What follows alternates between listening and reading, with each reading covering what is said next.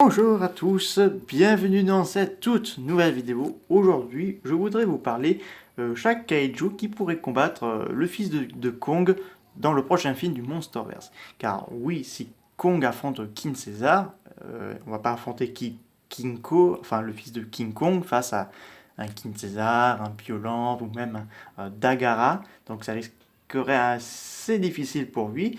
Donc pourquoi pas des adversaires à peu près à sa taille pour le fils de Kong. Voici une liste, quels sont les kaiju qui pourraient combattre Kiko, enfin alias le fils de Kong. Donc c'est parti.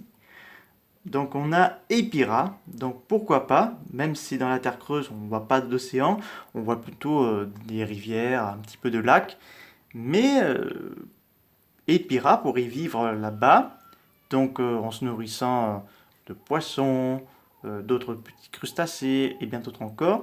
Et imaginons que Kiko veut aller boire dans un point d'eau, il se fait attaquer par Ebira, donc Ebira le provoquerait et les deux adversaires allaient se battre. Allaient se battre plutôt. Après, vu que à l'origine Ebira et King Kong auraient dû se rencontrer en 1966, donc Ebira Terror of Death, mais à la place on met Godzilla parce que vous avez fait une vidéo là-dessus, parce que le projet s'appelait Opération Rubinson Crusoe, et donc là ils n'ont pas pu se rencontrer, donc ce serait intéressant qu'ils se rencontrent. L'autre adversaire qui pourrait être très intéressant, ça pourrait être que Kiko affronte un ours des cavernes, comme ça a été fait dans le deuxième film de 1933, qui est la suite directe du King Kong, sorti quelques années plus tôt, enfin quelques mois plus tôt.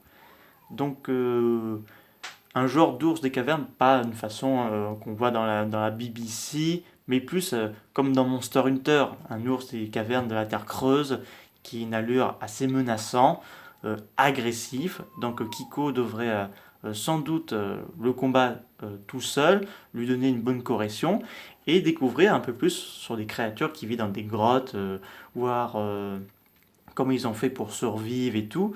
Et que Monarch qui dérange un ours assez monstrueux qui dormait pendant un bon moment sans qu'il soit dérangé par l'appel de Kinchidora et bien d'autres.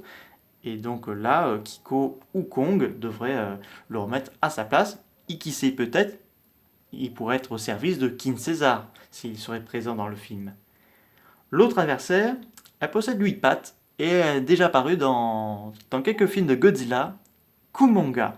Kumonga a sa place dans ce film parce qu'une araignée gigantesque pourrait être très intéressant, d'autant plus qu'elle a failli dévorer le bébé Godzilla, donc Minera. En plus, elle peut lancer des toiles, elle a un dard venimeux, et donc ça pourrait être très intéressant de voir le fils de Kong affronter une araignée gigantesque après les petites araignées bambou de Kong Skull Island.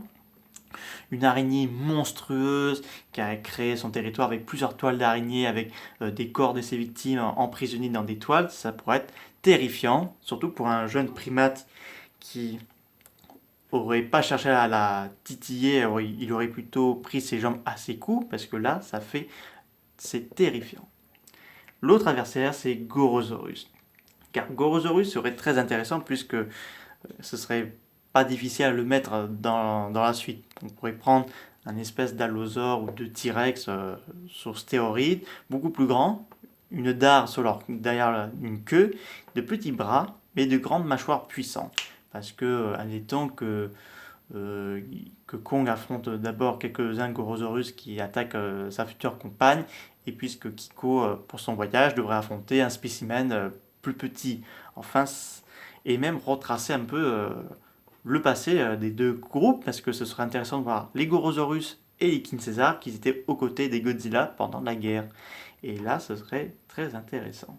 Et l'autre, ce serait Echidora. Donc Echidora aurait, enfin je ne sais pas s'il aurait sa place là dans le film, mais vu que ça pourrait être pour continuité dans les lignées de Godzilla 2, King Monster, de rajouter une menace d'extérieur, donc Echidora, qui serait une créature qui serait créée à la fois la pollution par l'homme, mais aussi par la pollution par l'homme et l'énergie puissante de la Terre creuse qui pourrait donner naissance à Echidora, parce qu'il vient de l'espace, c'est une forme de vie extraterrestre, donc il serait intéressé par la puissance de la Terre creuse, et il deviendrait une menace d'envahir et tuer tout sur son passage dans la Terre creuse. Et donc là, c'est sûr, ce serait un adversaire redoutable pour Kong et son fils. Voilà, c'est la fin de cette vidéo. Quels sont les adversaires que Kong et son fils devraient combattre avant King Caesar? Je vous dis à très bientôt pour de nouvelles vidéos. Au revoir.